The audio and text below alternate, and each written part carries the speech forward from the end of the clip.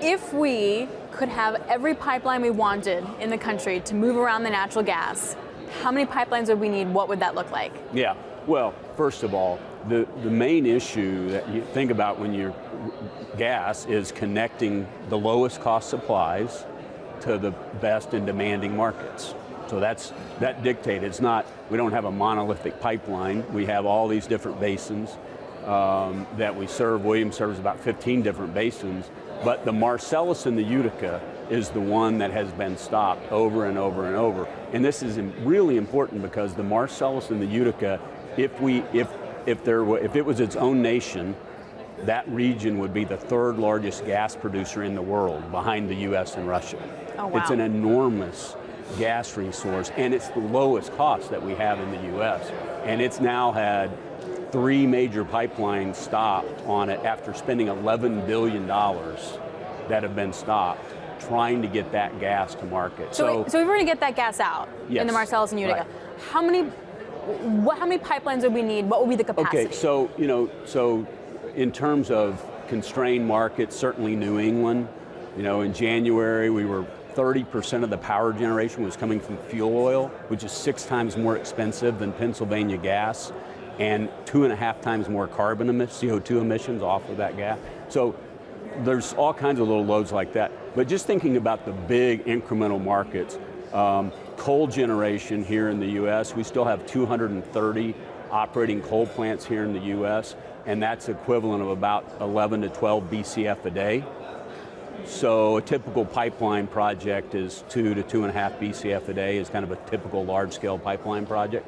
So there's a lot of load. In addition to that, we have the LNG market that is, we have a 6 BCF a day that is now FID'd and under construction. We're expecting about another 20 BCF a day. And so just put that in perspective, today we have about 14 BCF a day.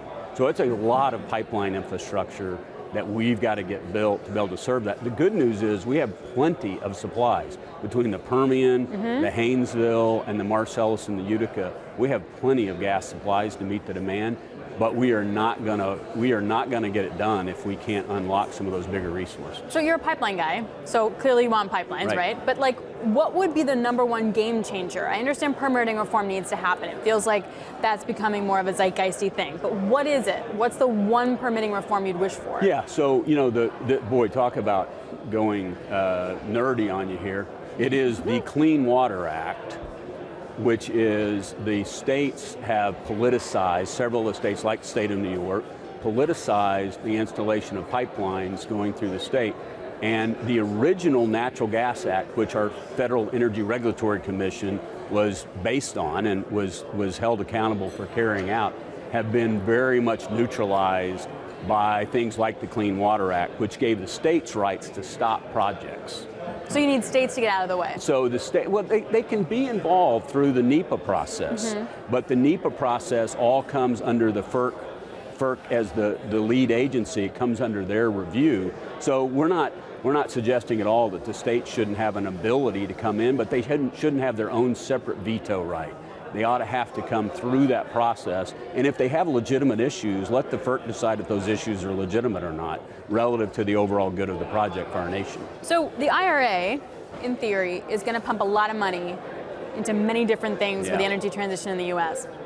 Can any of it actually get done without more transmission? This is one of the things that gives me a lot of hope right now about permitting reform, because both sides of the aisle are recognizing that permitting reform is holding us back on infrastructure, on electric transmission that needs to be able to connect in new renewables, for hydrogen and hydrogen pipelines. And so everybody is recognizing that our permitting issues in the US are holding us back, whether you're talking about utilizing natural gas to reduce emissions around the world, or whether you're talking about adding more renewables. So I think that's a really positive thing, that there's really good alignment on that issue.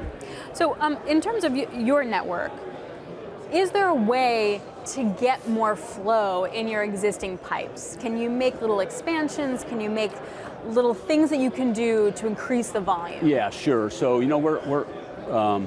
we're doing a few of those projects right now. I think we've got about 12 total projects now, 6 in construction and 6 that are in very advanced stages of development that are along our existing right-of-way, where we'll do things like go in and either add new compression, we will pick up pipeline and replace it with higher pressure pipeline, or a pipeline that was previously derated for population reasons, we'll go in and solve those. So yes, we are definitely expanding our systems, but we don't have that isn't going to solve the 30 BCF a day of incremental demand that we're looking at from these opportunities.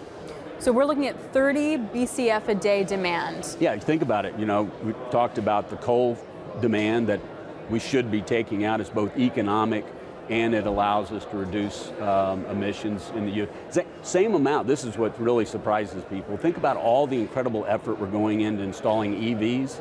If we just replaced the remaining coal plants with gas-fired plants and converted those plants, that would be the same as taking all of the passenger vehicles off the road today. Not converting them to EV, which we then have to provide fossil fuels to provide the power for, literally taking them off the road.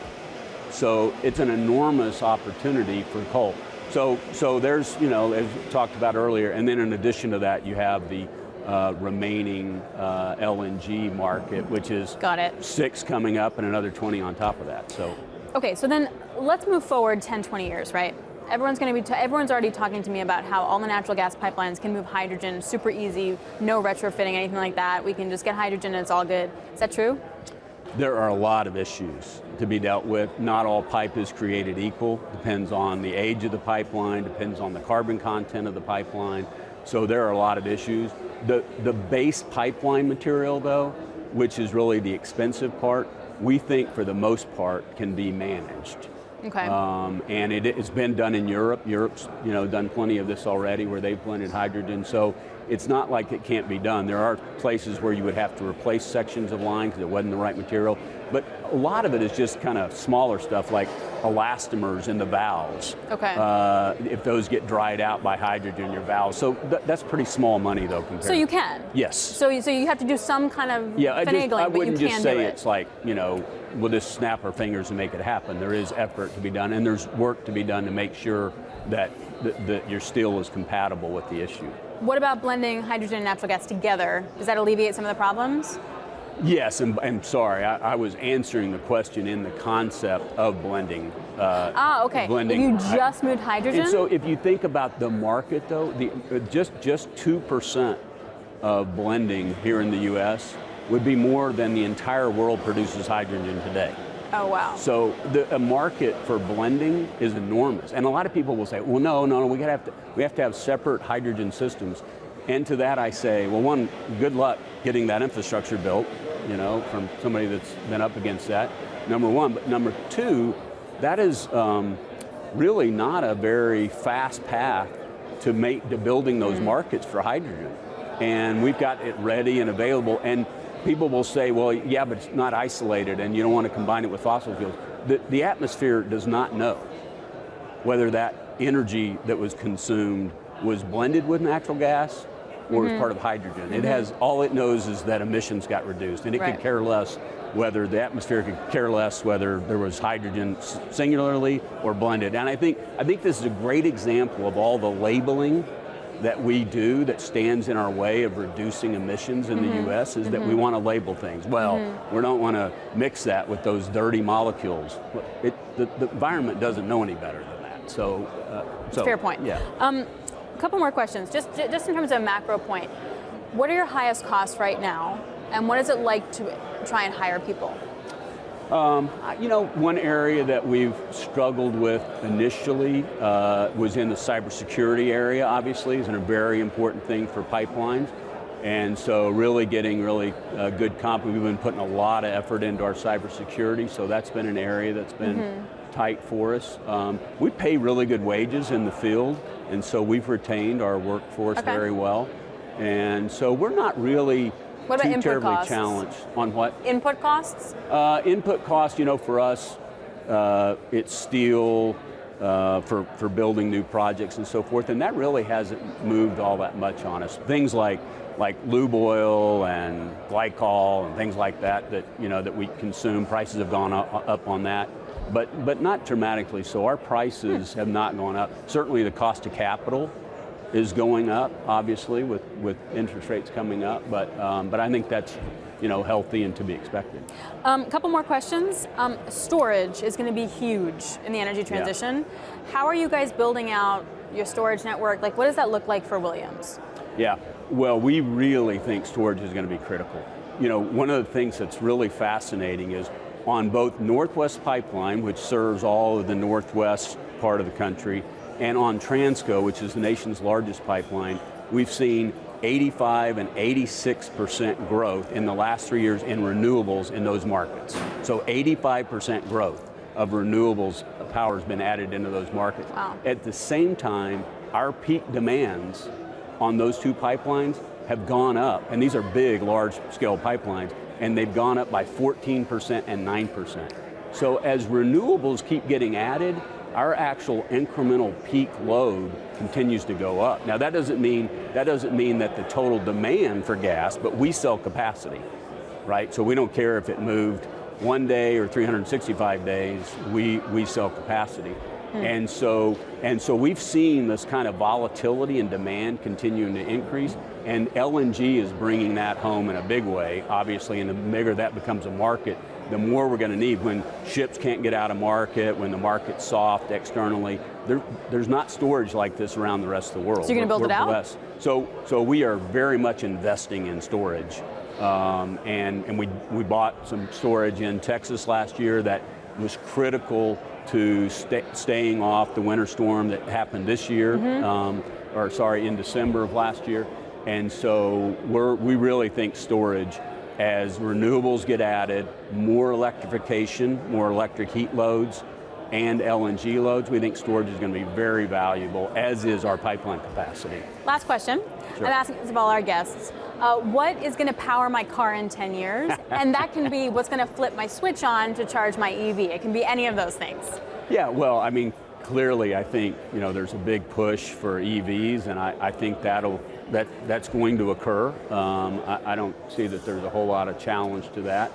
That there will be a lot of EVs. It's moving it takes a long time to change this many cars, and it obviously depends on where you stand and how much you want to spend on a car, obviously. But I think EVs will be out there.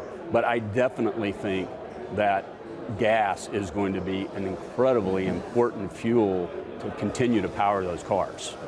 And so we'll be reducing emissions if we can replace that coal-fired generation with natural gas. We'll be reducing a lot of emissions, and we'll be partnering with renewables to be able to back those up to power your EV. So